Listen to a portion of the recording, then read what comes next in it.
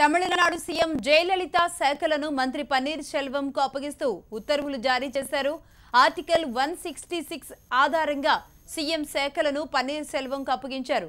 అదేవిధంగా కేబినెట్ సమావేశాలను కూడా ఏర్పాటు చేసే అధికారం కూడా అప్పగిస్తూ ఉత్తర్వులను జారీ చేశారు.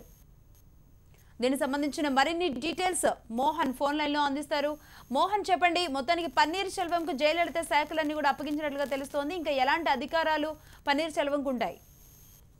లక్ష్మి, గడిచిన 15 రోజులుగా ఆసుపత్రుల్లో వైద్యం పొందుతున్న ముఖ్యమంత్రికి సంబంధించినటువంటి శాఖలన్నింటినీ కూడా అంటే ప్రజల అవసరాల దృష్ట్యా పరిపాలన సవ్యంగా సాగడం దృష్ట్యా ఈరోజు ప్రిన్సిపల్ సెక్రటరీ టు గవర్నర్ ఒక ఉత్తర్వు జారీ చేయడం జరిగింది.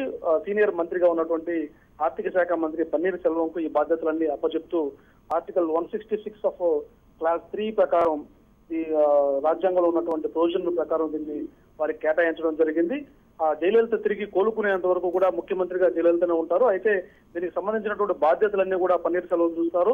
కేబినెట్ మీటింగ్ నిర్వహించే యొక్క అధికారాన్ని కూడా అధ్యక్షత వహించే అధికారాన్ని కూడా పన్నీర్ సెల్వంకి ఇవ్వడం జరిగింది. గతంలో 2 పర్యాయాలు కూడా కొన్ని అనివార్య కారణాల రీత్యా ముఖ్యమంత్రి పదవిని పోగొట్టుకున్న సందర్భంలో జయలలిత ఈ పన్నీర్ సెల్వం ముఖ్యమంత్రిని చేసినటువంటి నేపథ్యంలో ఇప్పుడు పరిపాలనాపరమైనటువంటి సౌలభ్యం కోసం నిర్ణయం తీసుకోవడం జరిగింది.